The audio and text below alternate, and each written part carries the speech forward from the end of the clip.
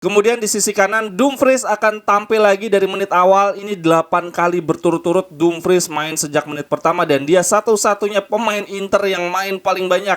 Di luar kita benci banget sama Dumfries, gak bisa gocek, cuman bisa back pass. Tapi ternyata Inzaghi suka banget sama Dumfries. Jerewetan ceking kita, nyerewetin apa aja.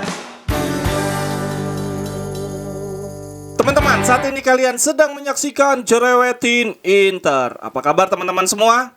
Konten ini gue buat hari Minggu pagi. Dan nanti sore jam 17.30 waktu Indonesia bagian Barat akan ada Inter melawan Udinese. Ini kalau waktu Italia berarti dikurangin 5-6 jam. Jam 12 siang, anjir nih main jam segitu apa nggak kecapean? Ini lawan yang luar biasa berat menurut gue.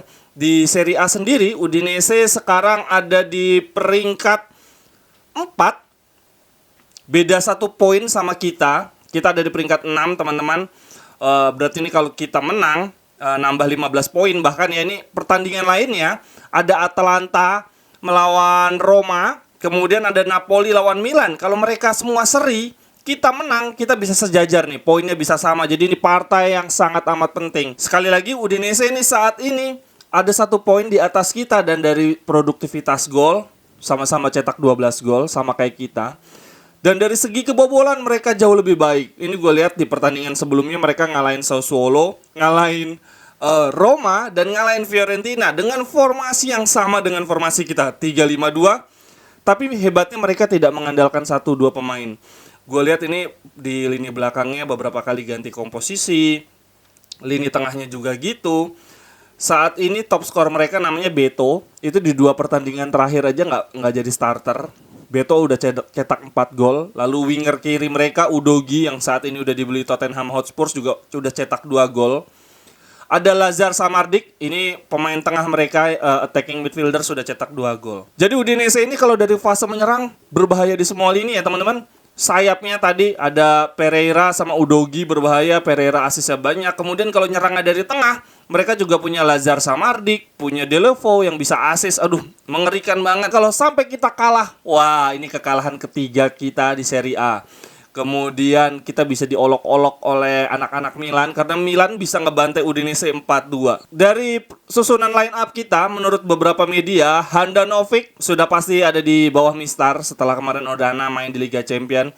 Kemudian untuk komposisi backnya, Skriniar, Bastoni, Dufray mungkin akan dimainkan. Ada yang bilang juga Di Marco bisa jadi left center back atau Acerbi kembali mendapatkan kesempatan karena Acerbi main bagus di Liga Champions dan Di Marco kemarin diistirahatin di Liga Champions, jadi kemungkinan dapat porsi bermain.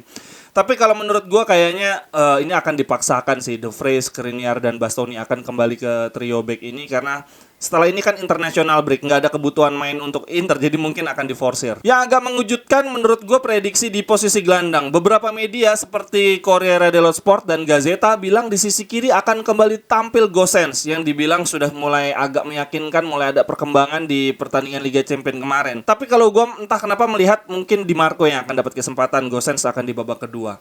Kemudian di sisi kanan, Dumfries akan tampil lagi dari menit awal. Ini 8 kali berturut-turut Dumfries main sejak menit pertama. Dan dia satu-satunya pemain Inter yang main paling banyak.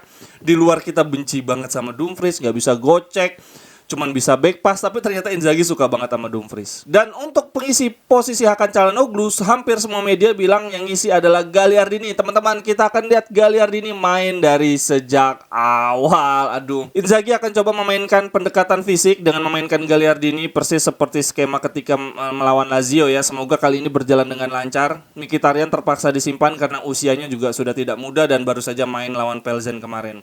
Bermain setiap 3 hari, yang paling penting adalah manajemen energi. Dan itu juga yang sebetulnya dilakukan oleh Inzaghi di sesi latihan untuk menjaga energi, untuk menghemat energi. Pemain-pemain yang bermain setiap 3 hari tidak perlu ikut latihan full. Jadi kemarin Brozovic ketika latihan tahap akhir persiapan lawan Udinese, dia nggak ikut latihan. Kemudian Gazzetta mulai melempar isu, wah Brozovic cedera. Ternyata nggak cuma Brozovic, Barella, Dumfries, semua nggak ikut sesi latihan akhir untuk menghemat energi. Kemudian di lini depan rasanya emang kembali Dzeko dan Lautaro Martinez, mengingat Korea dia itu pemain yang sangat ringkih cedera, kayak Bastoni juga. gak bisa bermain setiap 3 hari sekali. Terus kalau main juga gak bisa 90 menit. Korea paling parah sih. Kalau Bastoni masih bisa main 90 menit. Korea itu menit 60-65 sudah pasti diganti. Jadi kemungkinan kita akan lihat Zeko dan Lautaro Martinez. Zeko sendiri lagi on fire, gak apa-apa deh. Biar si Korea aja di babak kedua masuk memberikan kecepatan. Semoga Korea kembali ke permainan terbaik. Aduh, dia doang nih yang udah dikasih menit bermain banyak, malah nggak menunjukkan bukti. Sementara Aslani Belanova nggak dapat kesempatan sama sekali. Ada fakta menarik tentang Zeko, teman-teman. Jadi dia ketika mencetak gol di penjumlahan 10, 20, 30 dan seterusnya, itu timnya tidak pernah kalah. Jadi di angka 10 sampai dengan 80 itu Roma selalu menang 8 kali berturut-turut, 10, 20, 30 sampai dengan 80.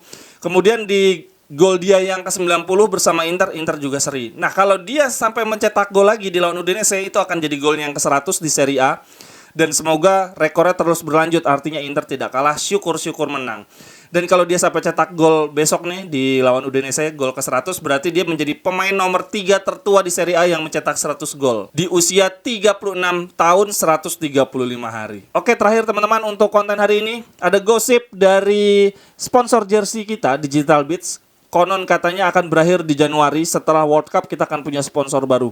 Udahlah, tolong kembalikan Pirelli lagi, please. Pirelli, duit lu dikit banget. Emang parah sih Pirelli ngasih duit kita dikit. Ayo dong naikin harga lo biar kita kembali lagi ke jersey Inter dengan Pirelli. Teman-teman, silahkan komentarnya. Apakah yakin kita akan menang lawan Udinese? Mereka lagi on fire banget. Bayangin ngalahin Roma 4-0, ngalahin Sassuolo, ngalahin siapa tadi, Fiorentina. Dan yang terlebih lagi Brozovic ini nasibnya nih, jangan sampai dia main kena kartu kuning. Sampai ketemu di cerewetan-cerewetan berikutnya. Bye-bye, thank you. Cerewetan cekik